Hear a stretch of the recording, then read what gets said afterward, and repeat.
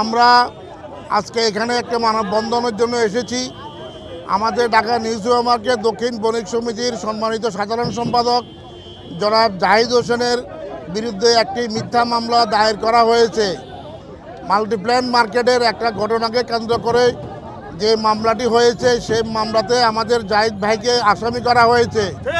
বস্তুতপক্ষে উনি এই মামলার সাথে, এই ঘটনার সাথে কোনোভাবে উনি জড়িত ছিলেন না।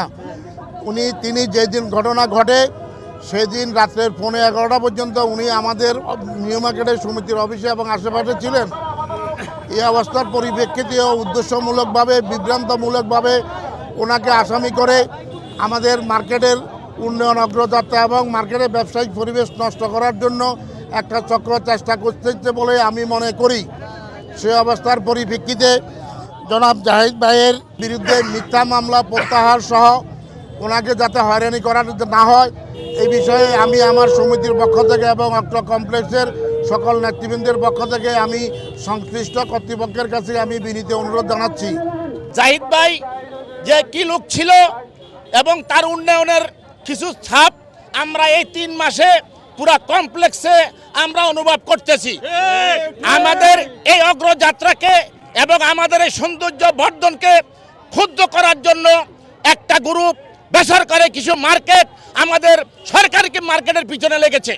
আপনারা জানেন এই বিদায় আজকে আমাদের এই জাহিদ ভাইকে তিনি আমাদের মার্কেটে অবস্থান করতেছেন। আমরা মিটিং আলোচনা করতেছি ভবিষ্যৎ প্রজন্মে আমরা মার্কেট কি করব। এই মুহূর্তে কোথায় কি ঘটনা হয়েছে আমরা জানি না। আপনারা দেখেন কোথায় মাল্টিপারপাস আর কোথায় দক্ষিণ সুপার মার্কেট।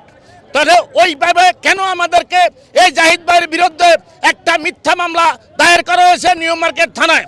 আমি আজকের এই মানববন্ধন থেকে বলবো অনতিবিলম্বে জাহিদ ভাইয়ের এই মিথ্যা মামলা প্রত্যাহার করে ওনাকে আমাদের মার্কেটে ব্যবসায়ী পরিবেশ ফিরে আনার জন্য আমি সাংবাদিক ভাইদের কাছে অনুরোধ করব।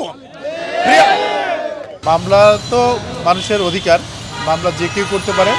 তবে মামলার বিষয়টি মাল্টিপ্ল্যানের ঘটনায় যে মামলা হয়েছে আমরা মামলাটি সম্পূর্ণ নিরপেক্ষভাবে এবং সুষ্ঠুভাবে তদন্ত করছি। তদন্ত শেষে যার দায় নির্ধারিত হবে তার বিরুদ্ধে ব্যবস্থা হবে।